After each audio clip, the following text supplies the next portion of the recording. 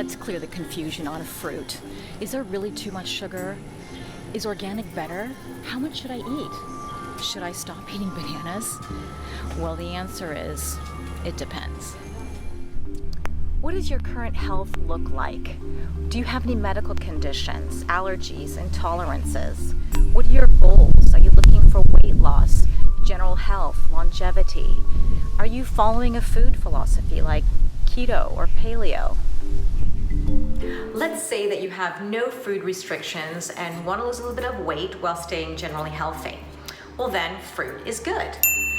Fruit is a nutrient-dense food that's full of fiber, water, nutrients, antioxidants that may even reduce your risk of obesity, heart disease, cancer, and help you lose weight.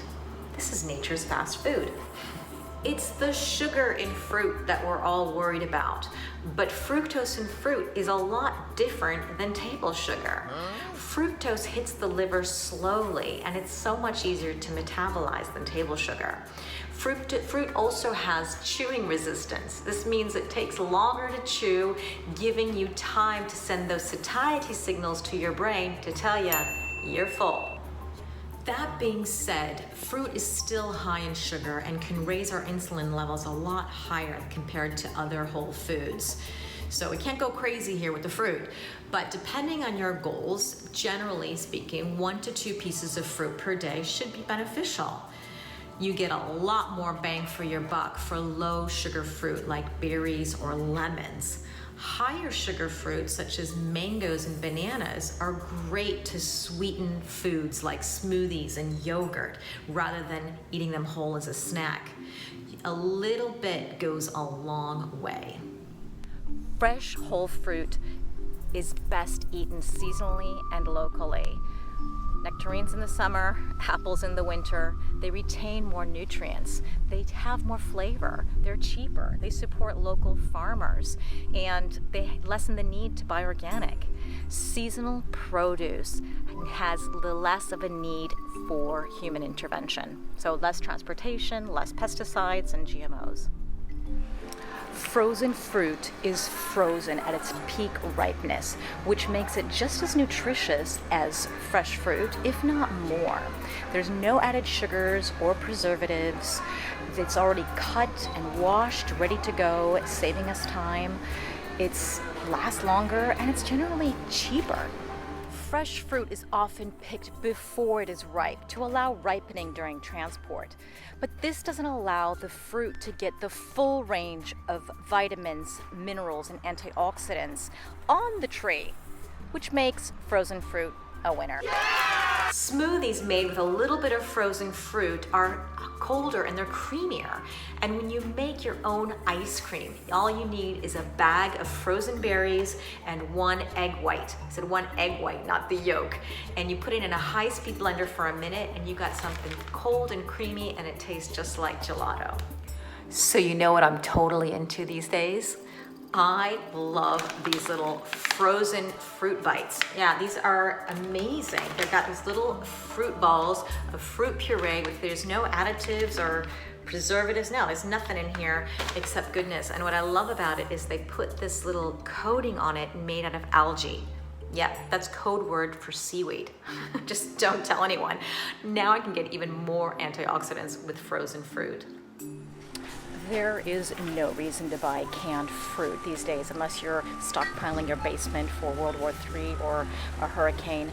But most canned fruit contains syrup, sugar, and additives that it's just not necessary. So, not to mention the BPA lining, which is a hormone disruptor. So fresh fruit or frozen, way better. Dried fruit is adult candy. So if you're trying to lose weight or control your blood sugar levels, you have to be very mindful of how much you eat.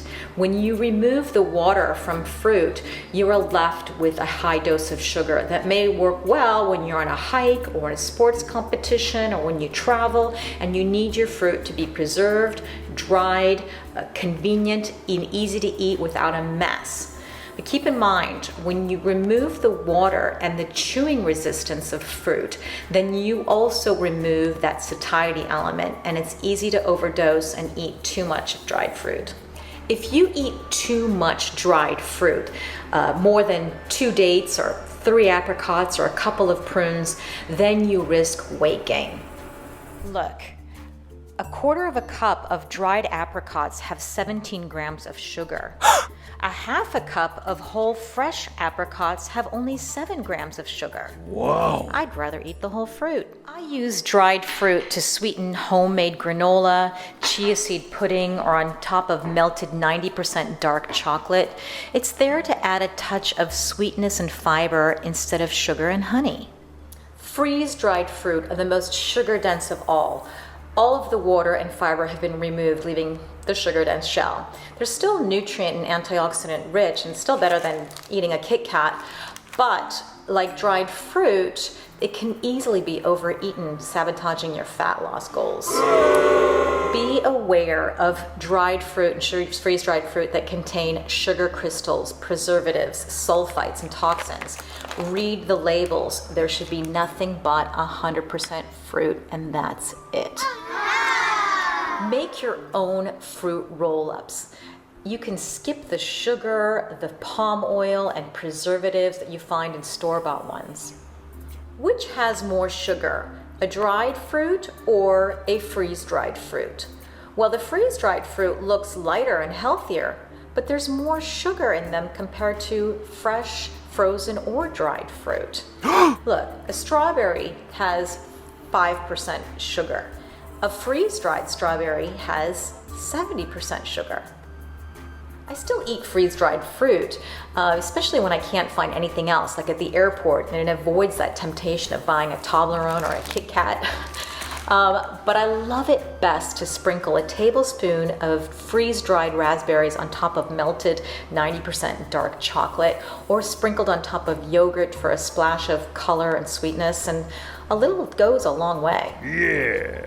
It's time to grow up and let go of the fruit juice. This is a ticking time bomb for obesity, heart disease, diabetes, insulin resistance. You know, there's very little difference between the amount of sugar that you find in a 12-ounce can of Coke, which is about 35 grams of sugar, and a 12-ounce glass of orange juice, which is about 30 grams of sugar. So to make a glass of orange juice, it takes about 3 oranges, 3 apples to make a small cup of apple juice. You know, all the fiber has been taken out, so there's nothing left to blunt that insulin spike.